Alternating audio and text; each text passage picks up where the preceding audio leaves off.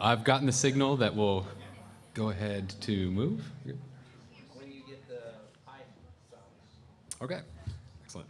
All right, hello. My name is Jesse Burbank, and I am a former member of the Dole Institute of Politics Student Advisory Board, the official student group of the Institute, and a current second-year law student at Harvard Law School. The Student Advisory Board is a bipartisan group whose members can access many great opportunities through their involvement with the Institute, including volunteering at programs and networking with our special guests. If you are a student and would like to join, please contact us by emailing dolesab@ku.edu or by speaking with a student worker after the program. After the presentation, we'll have some time for audience question and answer. If you have a question, please raise your hand and a student worker with a microphone will come to you. Please stand if you are able and ask just one brief question. If you have difficulty hearing during the program, please alert one of our student staff members or student volunteers who will assist you. And before we begin, I'd like to remind you to please turn off your cell phones. And now, please join me in welcoming Associate Director of the Dole Institute, Dr. Barbara Ballard.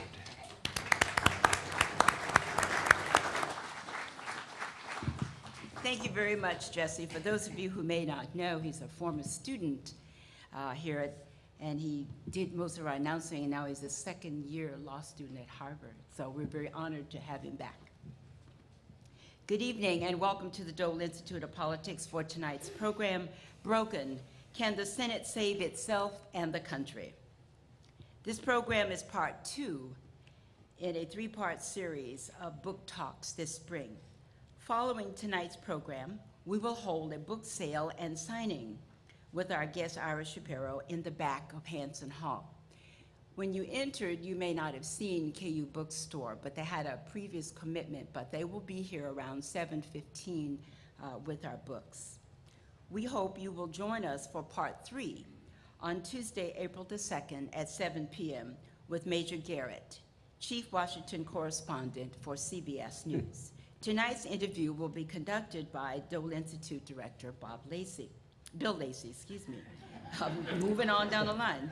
Our guest has served as Chief U.S. Trade Negotiator with Japan and Canada, and he served in the Office of the U.S. Trade as a representative during the Clinton administration. He served 12 years in senior staff positions in the U.S. Senate and is a veteran of American politics. He is the author of Broken: Can the Senate Save Itself and the Country? And The Last Great Senate: Courage and Statesmanship in Times of Crisis. Ladies and gentlemen, would you please join us? Give him a warm Jayhawk welcome. This is part of the basketball season. And join us in welcoming Ira Shapiro.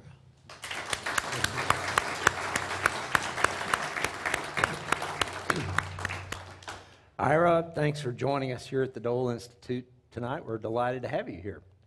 Well, Bill, I'm delighted to be here. Thank you for the invitation. And I try to get to Senate institutes when I can, and I'm a great admirer of Senator Dole, like so many other people. Right. Very good. Well, our guests always like to know more about our authors and our guest speakers. So let's start with a couple of questions about you. Can you tell us a little bit about your upbringing and how you got involved in politics? At my age, it's hard to remember my upbringing. Actually, I grew up in the New York area, and I got involved in politics a little the way many people of my generation did. As a high school student, junior high and high school student, I was influenced by John Kennedy's idealism. But the more important part of the influence was the events of the mid to late 60s when I was in college, the Vietnam War and the tearing apart of our society at that time. And a lot of us who went through school at that time were struggling with what to do with our lives and how to make the country better. And I was attracted to politics and government at that point. And actually, we all mark our personal landmarks it's sort of natural to do, but for me it's particularly natural this year. It's exactly 50 years since, in one burst of activity, I graduated from college, became a Senate intern, and got married. And so it's 50 years later, and I'm still married to the same woman, and I'm still obsessing about the Senate. So nothing much has changed. Yeah. How did you get involved, though, in politics at the very beginning? Well, I think that my recollection is that I was involved in the '68 campaign, first with Eugene McCarthy's campaign. We all went up to New Hampshire at that time to try to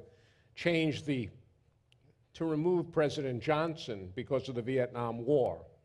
And then when Robert Kennedy got in, I was one of those who shifted to Robert Kennedy. But after he was assassinated, which coincided with my moving into my senior year in college, I was trying to figure out what to do with my life.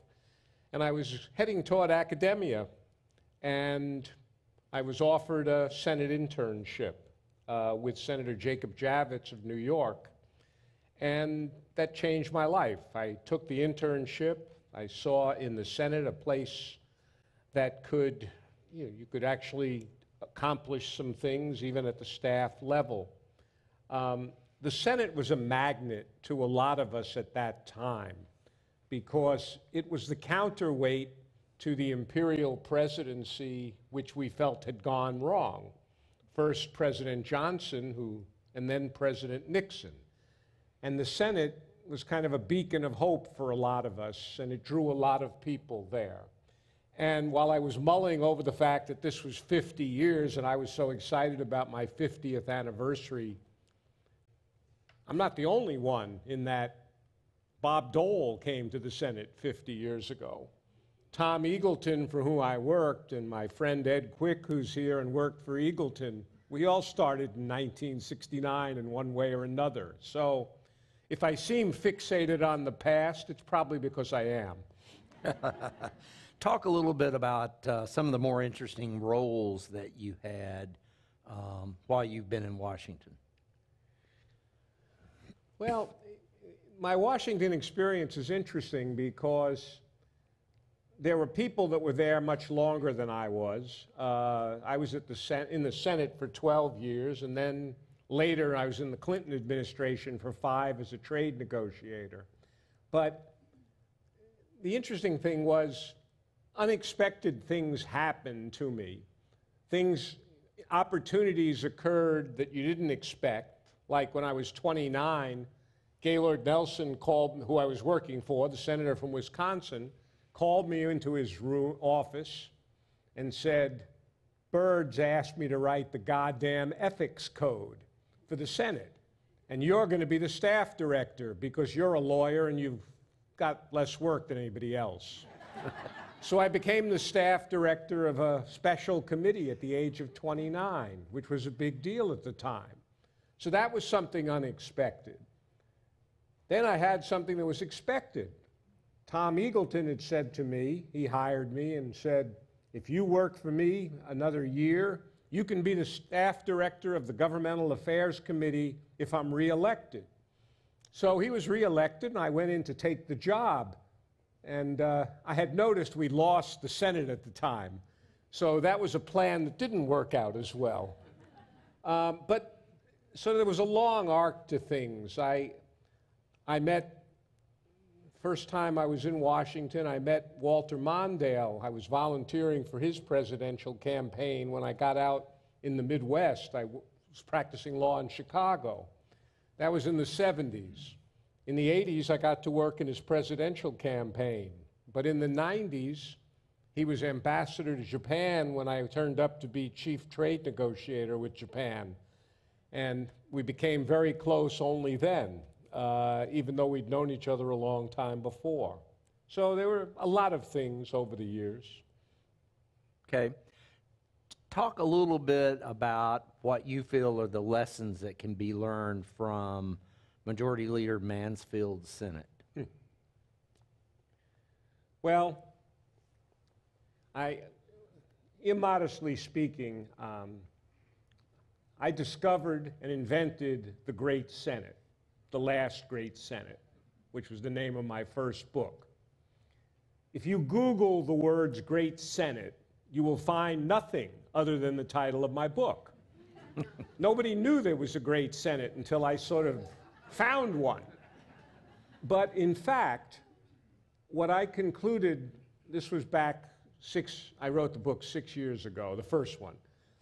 What I concluded at that time was there had been a distinctive Senate for a period of time in the 60s and the 70s, different than any Senate before it and different than any Senate after. And I want to caveat that and come back to it because of Senator Dole, but that was a liberal, progressive, Democratic majority Senate. And it's a Senate that accomplished a great deal in the 60s and the 70s.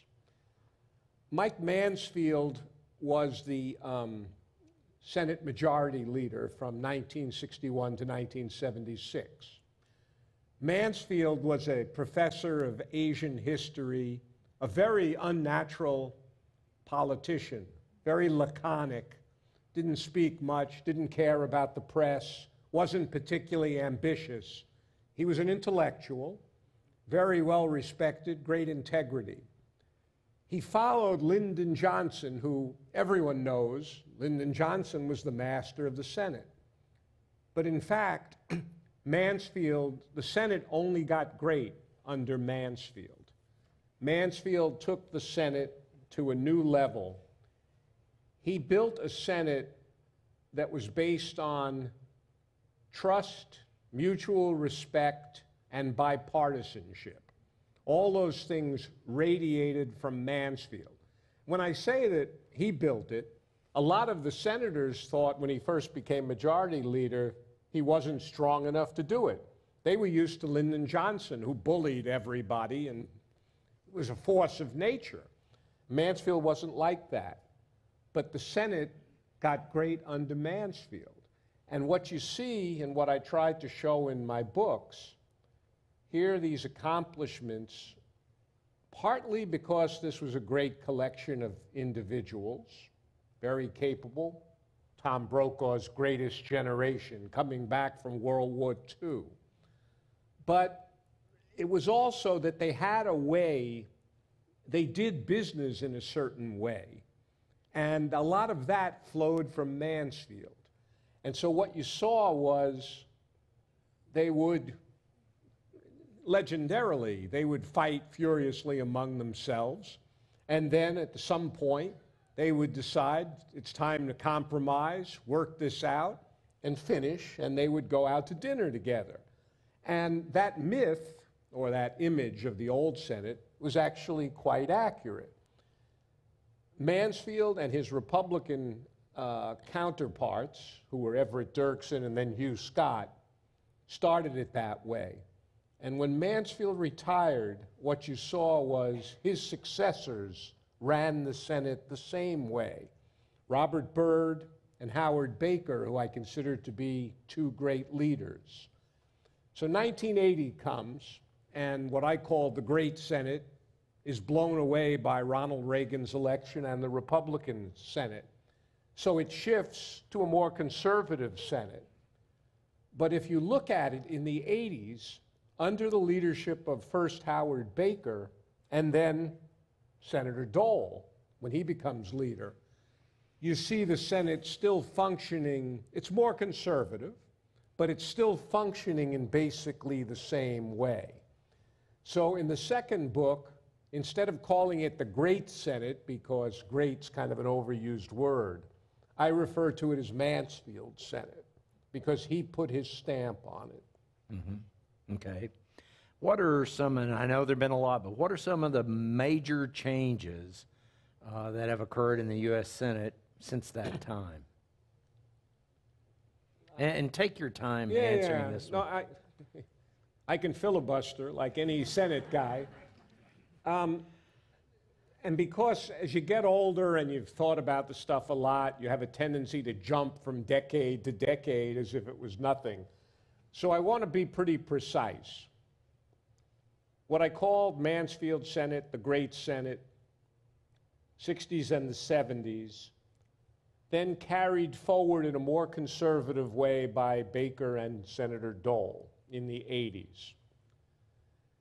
Starting in the late 80s, you can see it begin to change. And I think of the Senate's long decline, and I say long decline, I'd say 25 to 30 years, in two stages.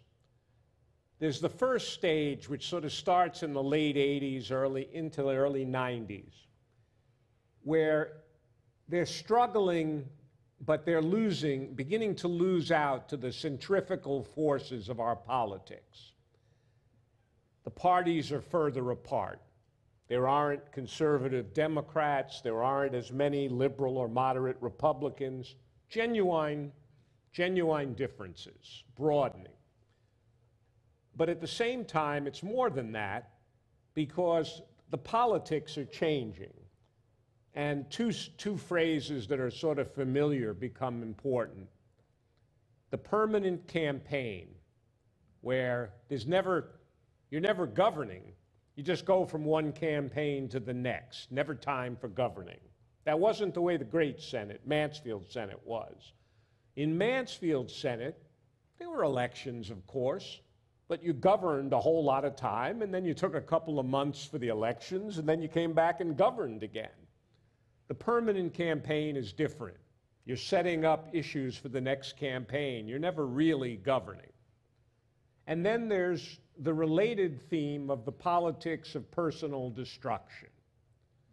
Some of it came out of campaigning, some of the harsh campaigns, increasingly harsh campaigns of the 80s. But some of it is uniquely attributable to Newt Gingrich. One thing Democrats and Republicans agree on is that Newt, who thinks of himself as a large person in history, was in fact a very important figure. And he changed our politics in a way that was more the politics, essentially politics as war. So I always say, okay, so that's the first stage. It's harder for the Senate to come together because of these differences, and it's harder because of the advent of cable news, the 24/7 cable news coverage, even before social media. It's getting shriller. So things are getting tougher. That's stage one.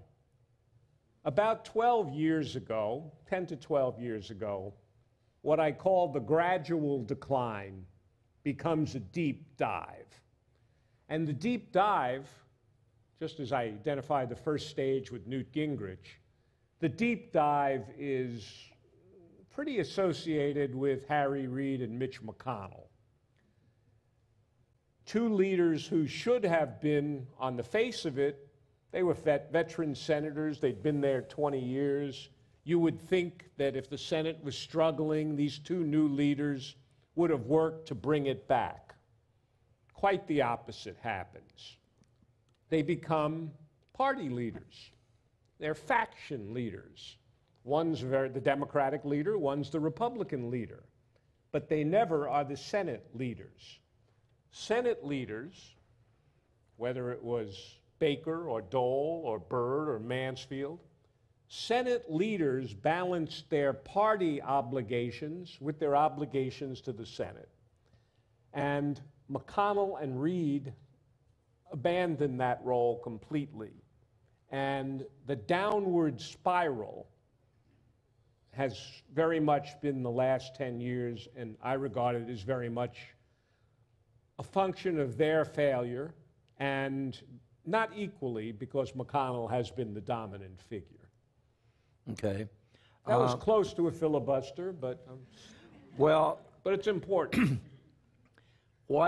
I believe I saw an interview with you recently where you pointed out there were two specific instances where you felt Senator McConnell had really missed opportunity for leadership of a whole Senate as opposed to a partisan faction. Talk about those two instances. Well, there are many. One can talk about Senator McConnell endlessly, I find.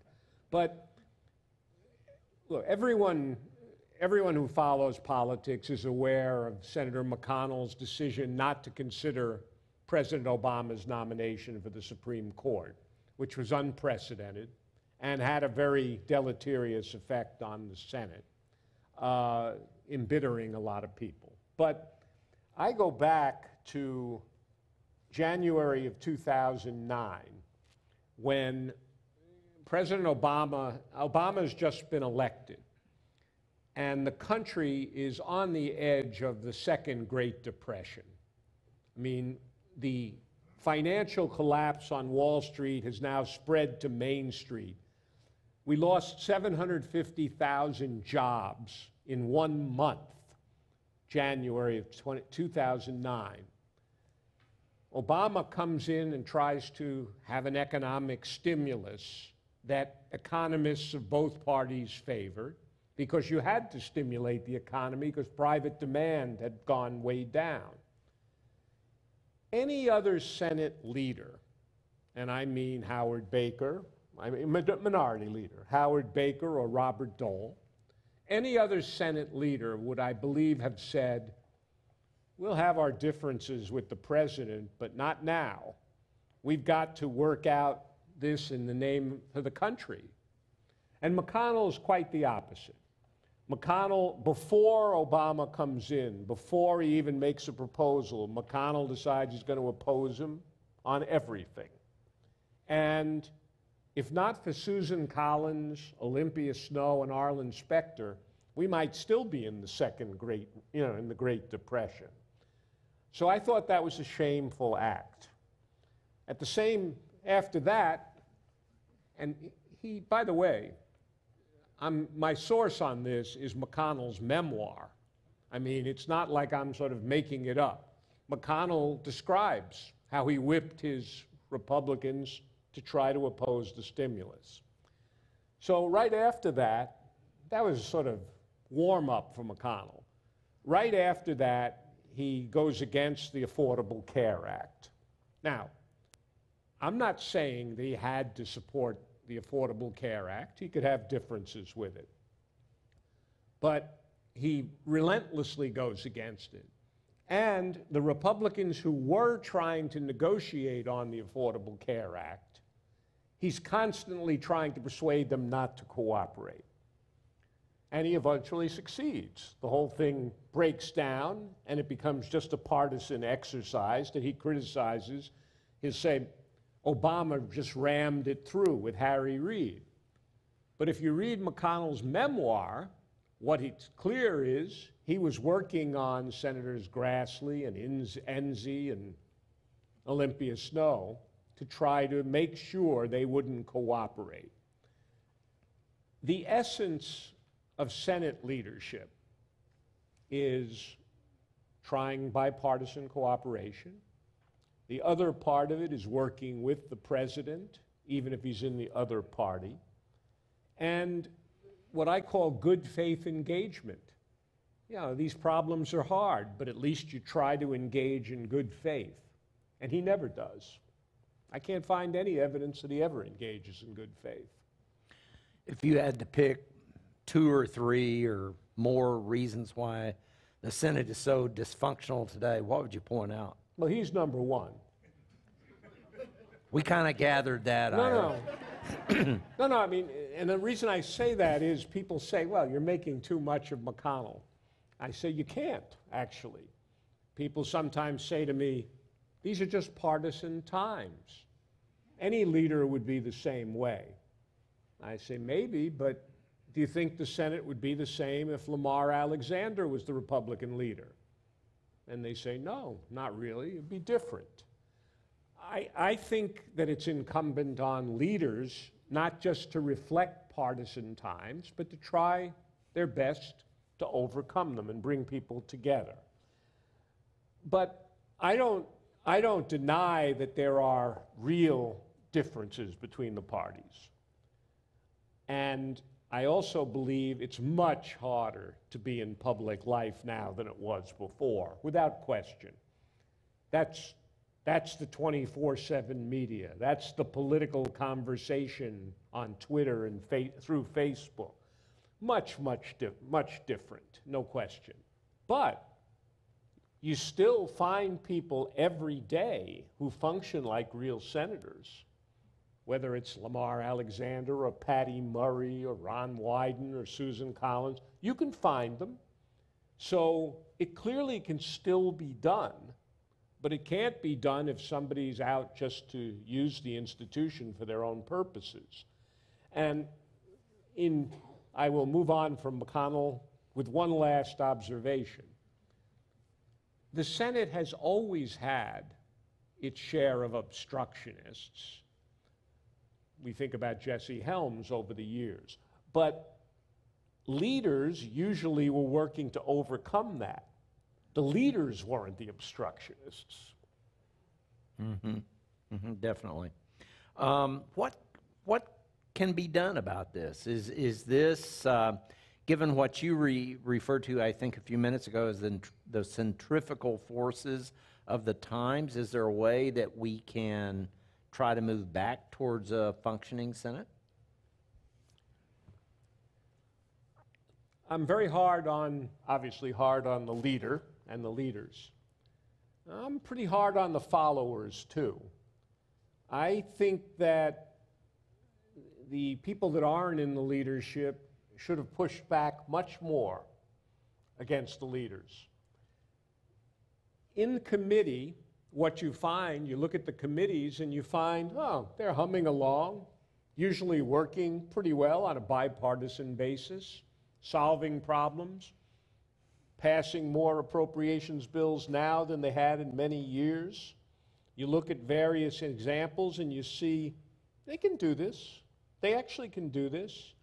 They hate the institution, the broken institution they're in. They'd like to make it better, but they can't seem to quite push back enough. So I was saying to one of the people at dinner, I tend to be optimistic because it seems to me that some of them are struggling to make the Senate work because they have in their minds, they know what it's supposed to be like. Like, they understand what Mansfield Senate was, or they've either read Profiles in Courage or at least heard about it. So they try, and then something comes up that they can't get over, like, say, the Kavanaugh confirmation.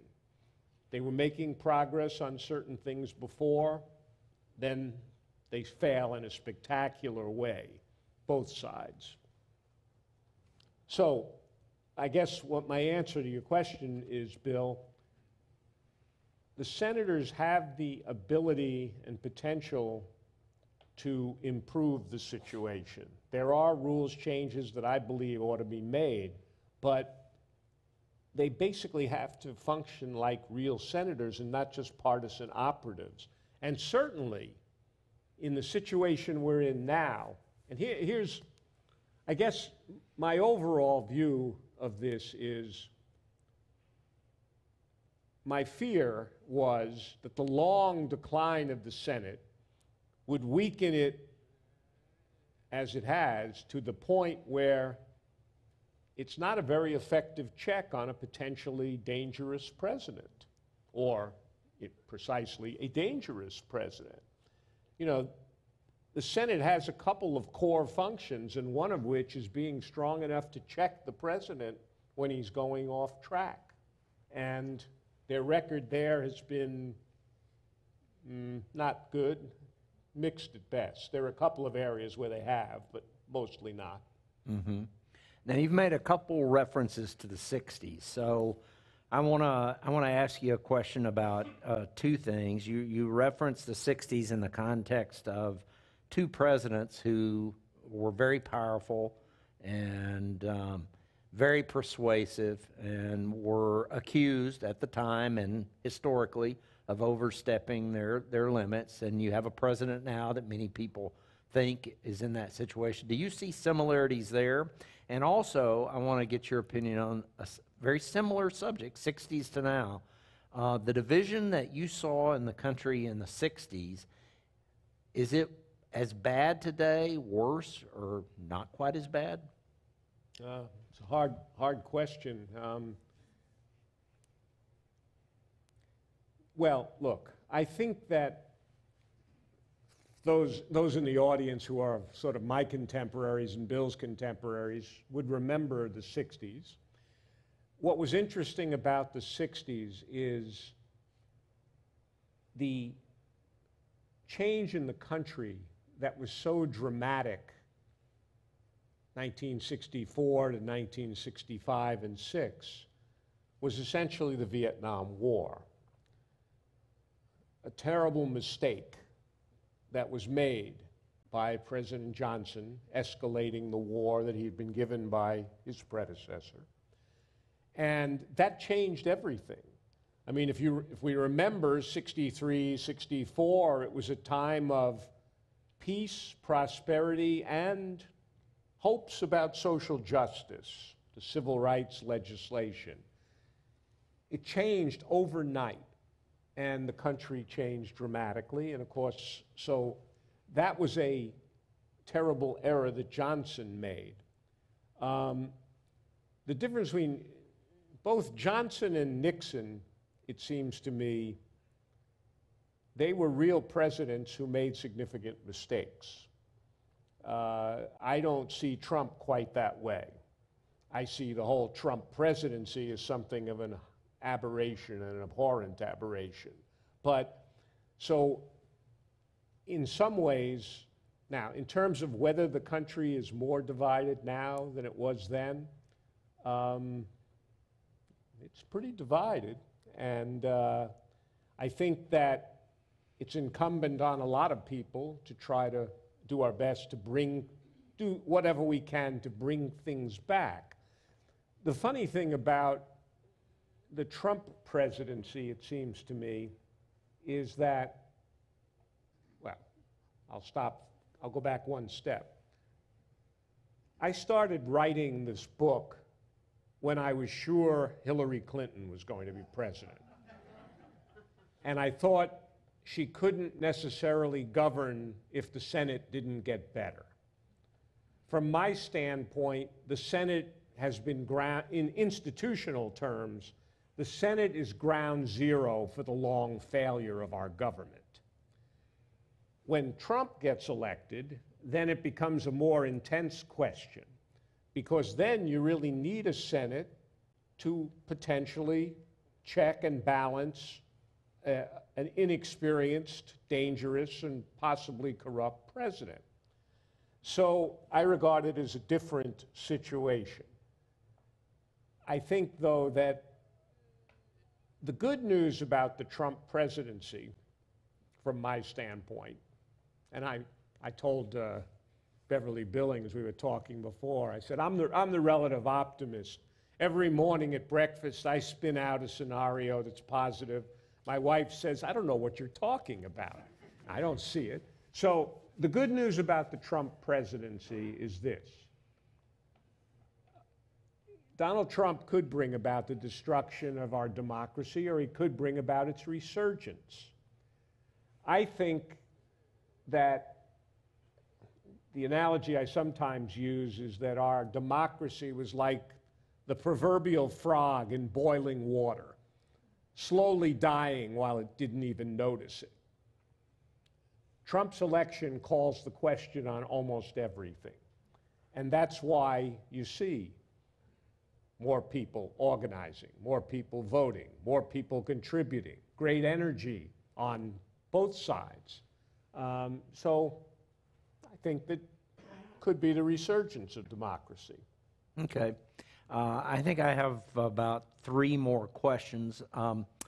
You were able to witness Senator Dole's career from the very beginning in the U.S. Senate up to his resignation as majority leader. How would you describe his legacy? I think, well, first of all, you know, Senator Bob Dole defines what a great American is. I mean, many of the tributes that were given recently when President Bush George H.W. Bush passed away. Many of the reminiscences about his greatness and his stature and his contribution to the nation in war and in peace. That goes certainly for Senator Dole. And particularly, Senator Dole, of course, overcame these incredibly crippling injuries that he carried with him all his life. Extraordinary, extraordinary person, without question. I see his Senate career as different than most. I think that in the 70s, Senator Dole he rose very rapidly. Remember, he was elected in '68. He was party chairman quickly. He was vice presidential candidate in '76. He was presidential candidate in '80. He was pretty partisan. He was a real partisan.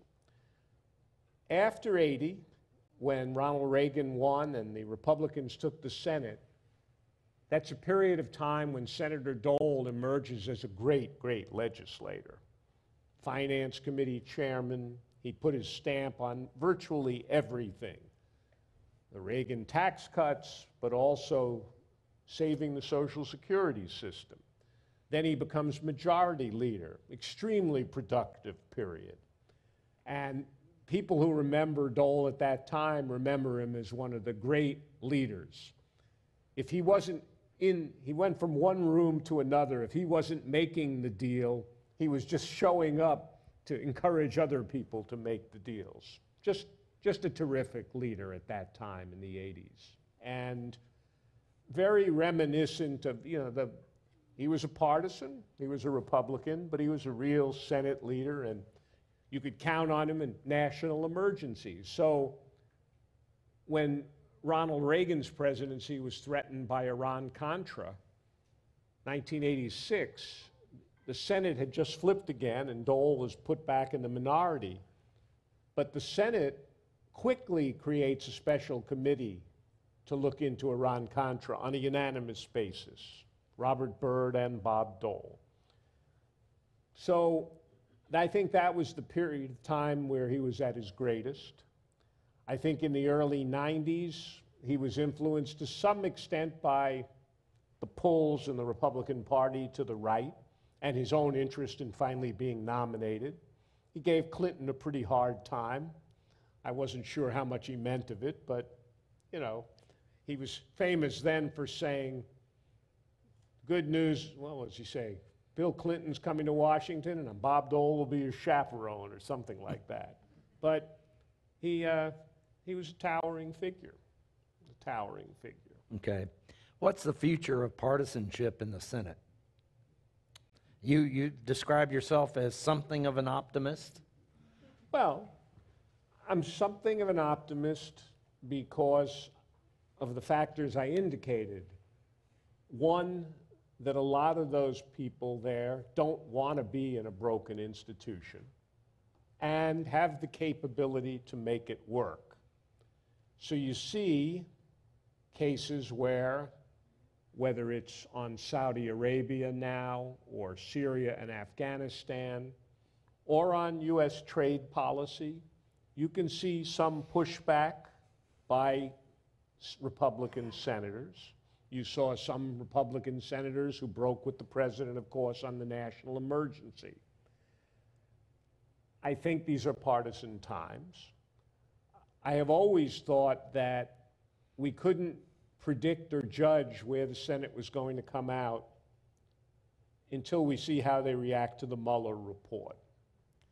From my standpoint, although many people have criticized Republicans for not being critical of the president, I think their answer would be, well, we got the best possible special counsel. We've said to the president, you can't fire the special counsel. We're waiting for Mueller. And then we'll see. And if as is possible, Mueller brings no news, then we'll have an election and we'll see how the election goes. But, I think, Bill, you're better qualified to comment on this than I am. The long series of changes in the Republican Party, not for the better, have made bipartisanship difficult. Both parties have moved, but it hasn't been symmetrical. Okay. I have one more question tonight, and then we're going to open it up to your questions. So be thinking about if you have any questions. But my last question is, we've got a number of young people here. What advice would you give them about, in a time that is so, our country is so bitterly divided, the importance of them getting into politics and the importance of them listening to all points of view and respecting the other side and trying to bring back kind of a sense of the leadership that we saw in the past? Well, it's not easy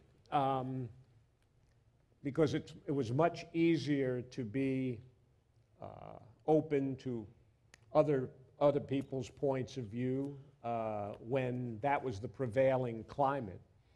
I mean, the Senate that I worked in and that others worked in, we were supposed to be, it was intuitive that you were bipartisan. You weren't going to do anything any other way.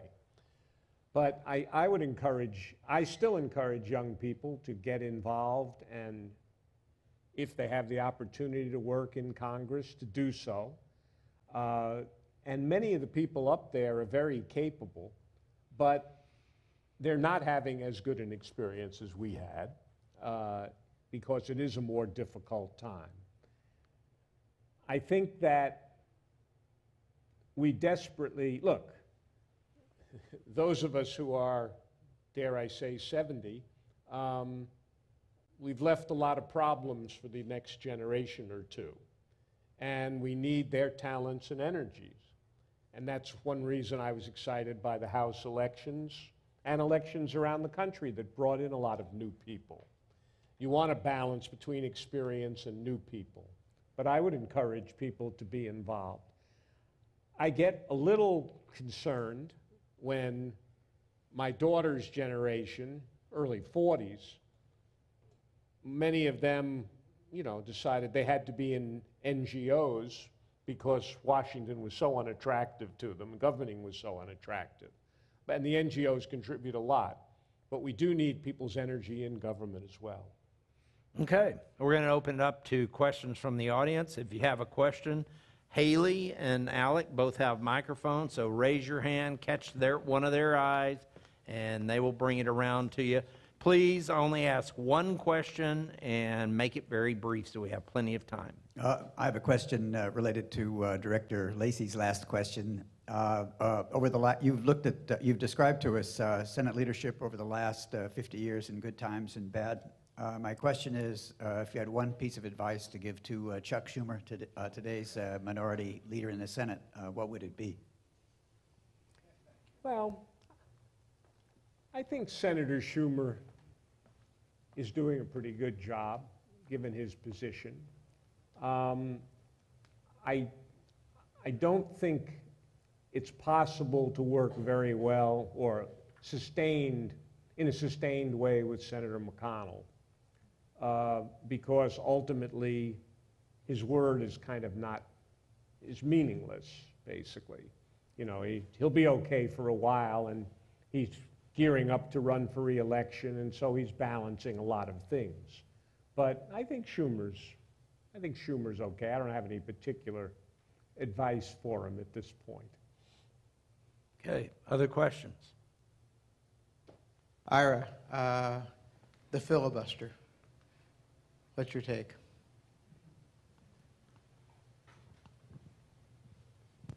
You know, a couple of Senate experts have written a memorable book on the filibuster, which they call the soul of the Senate. And the filibuster is important, and the whole idea of supermajorities is important, because as many people, including Senator McConnell, have pointed out, the Senate can do things that command national support because it's where the parties have to work together. At least that was the theory.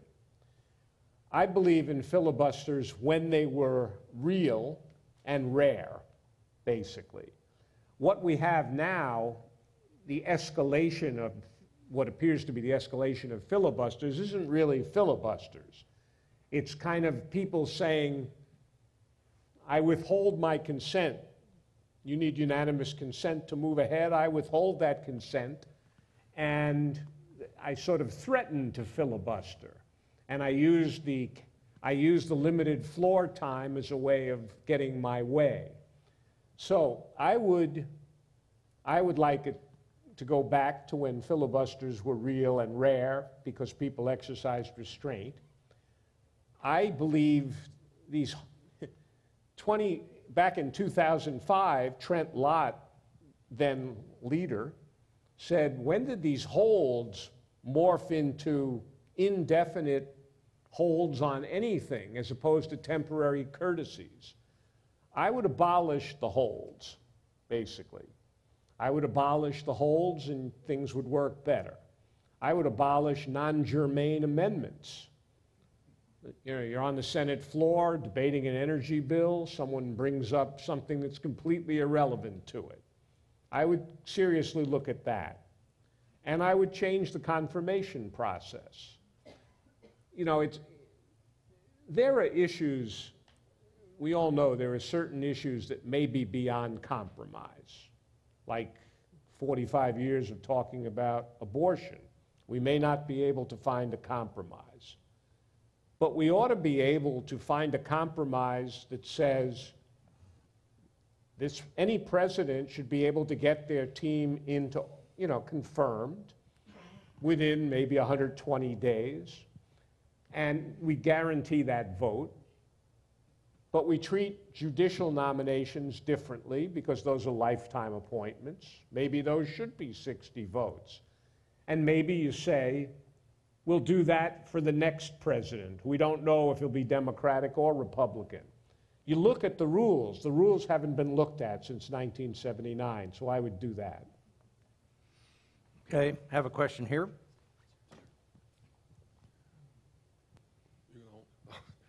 Senator McConnell seems obsessed with getting as many judges in the U.S. court system as possible. Do you have any concerns about the long-term impact, given that some of these nominations appear to be underqualified or in some cases unqualified? I'm terribly concerned about it. Because I have been so critical of Senator McConnell, let me give him his due. If you measure political power as the ability to accomplish your objectives and prevent your opponents from accomplishing theirs, nobody's been as powerful as Senator McConnell. He's a superb strategist and tactician, and a great negotiator.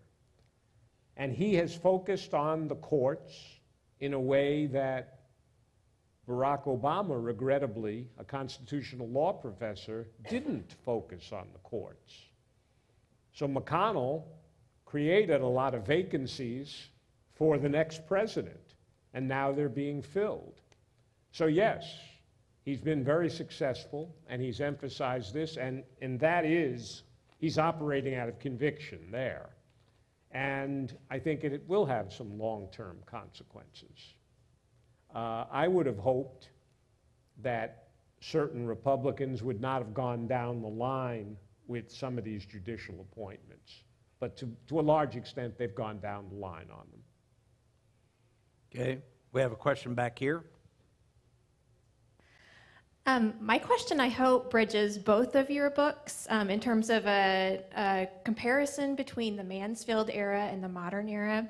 And so I guess the question would be, our Senate looks a little bit different today than it did in the Mansfield era, and we as voters seem to expect more diversity than an all-male Senate with very little ethnic diversity, with the exception of Senator Inouye. And we also expect our senators, I think, to be in their home state more, which takes away from their time going to dinner with colleagues. Lugard has become a verb with a not so nice connotation. So given those current voter expectations that we place on senators, how do we get back to that Mansfield collegiality? Any question that brings up both my books is a great question. No, but that is a great question. First of all, I always say, I'm glad you gave me the chance because I hadn't said it, the only thing that's better about today's Senate is the diversity. The fact that there are more than 20 women there, as opposed to 0 to 1, Nancy Kassebaum, or 2 at one point. So the 20 women who are, by and large, more collegial than the men, but not enough to overcome the partisanship ultimately. But that diversity is helpful, and I think we will continue to see it. No, look, I think, I guess I go back to the view, and by the way, I do blame the senators a little bit for not pushing back in certain ways, as I said. For instance, the senators know they don't spend enough time together, and they know that their weekly lunches are partisan pep rallies.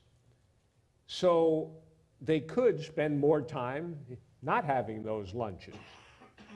When McConnell was trying to repeal the Affordable Care Act, which you'll recall he tried to do with 51 senators, without hearings, without markups, et cetera, Republicans started having not one lunch a week, but 2 or 3, and then daily. Senators ought to say, look, that's not how we're going to spend our time. We don't have enough time anyway, so let's try to spend it in committees. Let's spend a little more time together. Mark Warner, the senator from Virginia, who has the benefit of being local and wealthy, is one of the few senators who actually encourages senators to socialize. He'll have dinners out at his house. He'll bring people together. That was the way it used to be done more.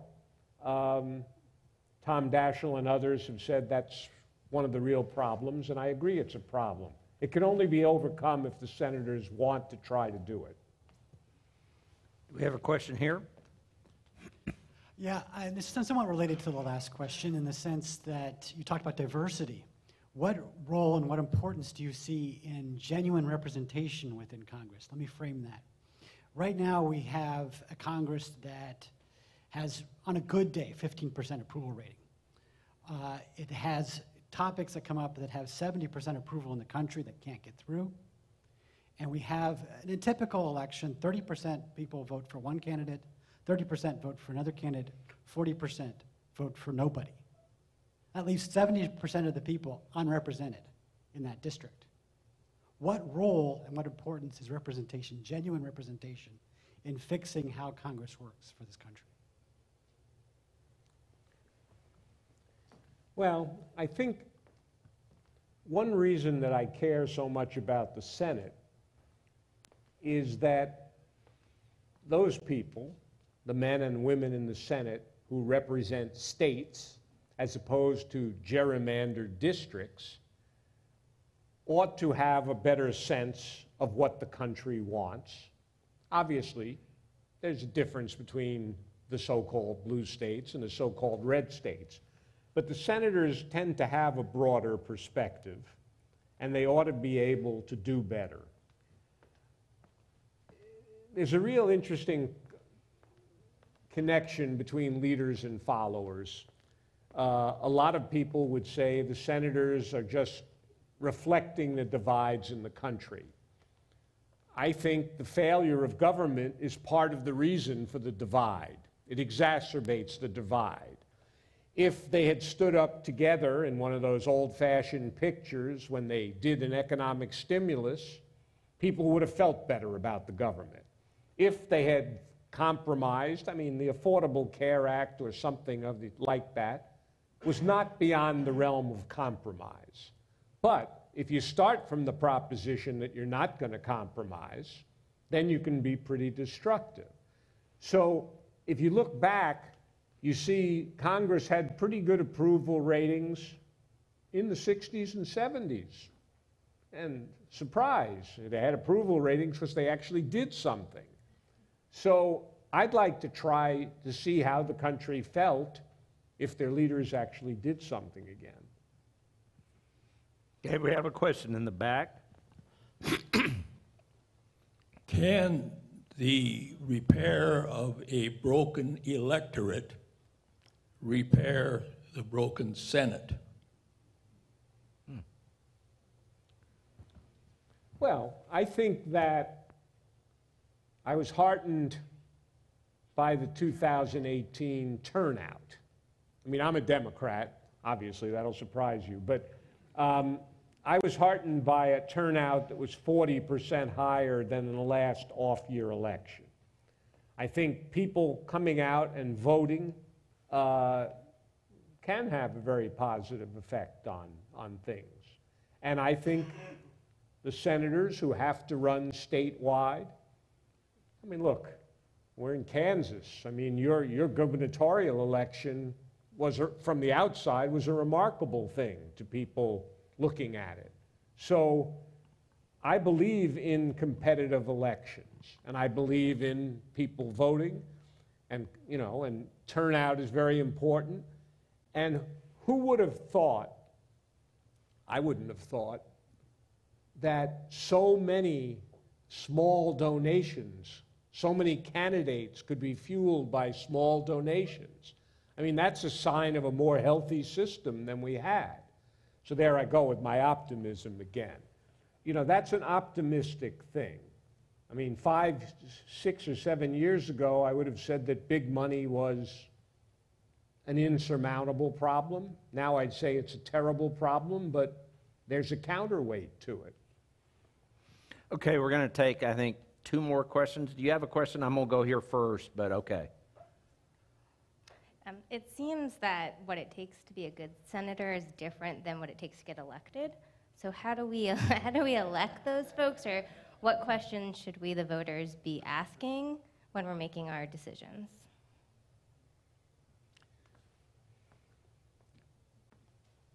I think you have to ask them questions about the issues that matter to you. But I also think you have to ask them why they're not working to make the institution function, basically, because they're not doing enough to make it function. I was surprised last year, Senator Durbin is the #2 Democrat. Senator Cornyn is the #2 Republican. I think in the last year or two, they both said things like, well, nothing ever happens around here.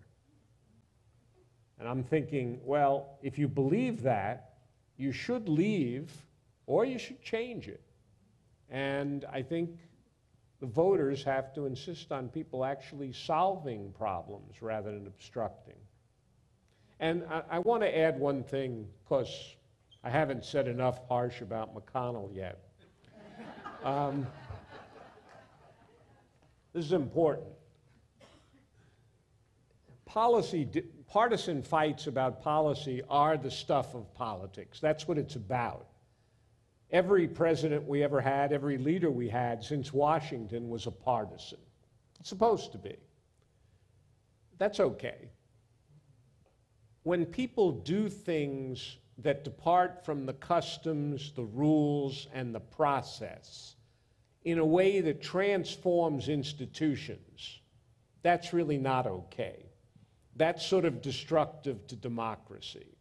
And we have a president who doesn't care much about our institutions. Senators ought to be pushing back. They ought to represent the other pole, people that say this is how our institutions should work. And when McConnell looks more like Trump than Mansfield, looks closer to Trump than he does to Mansfield, I think that's a real problem for the democracy. Okay, we have one more question back in the back. I'll have to end on a non-McConnell note. I will not ask a question about McConnell. Good. But what I would like to know is, how does the average senator spend their time during the day?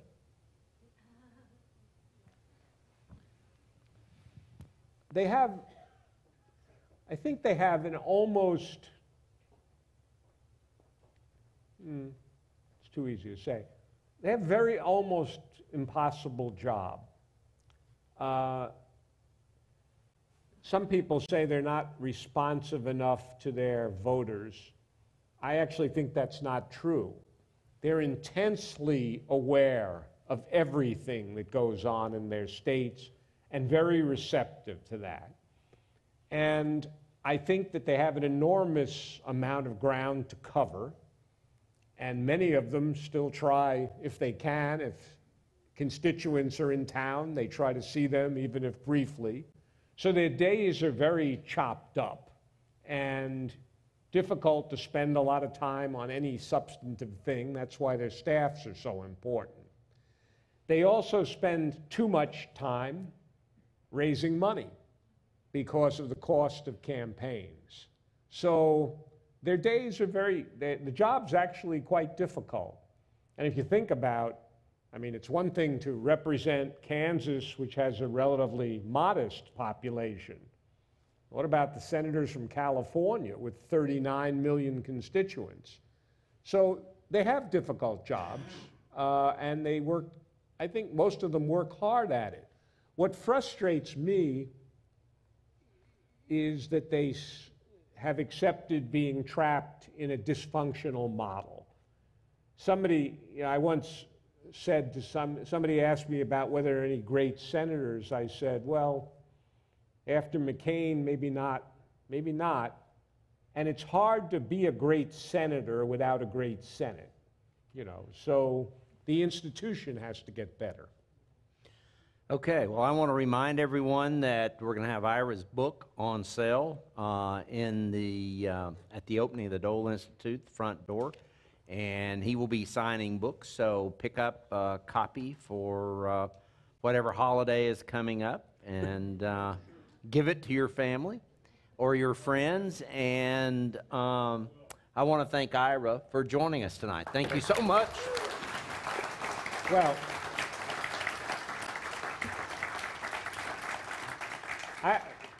I want to say thanks to the audience. I mean, when you come out and see so many people who come to an event like this, it's really wonderful. Which is to say, I've been to events where there weren't so many people. So thank you. Yeah. Thank you all for coming out. Thank you all for coming out. Hope to see you here next week for our program with Judge Julie Robinson, and also with Major Garrett in 2 weeks, the third of our series that we're doing with the Lawrence Library. Thank you all for coming.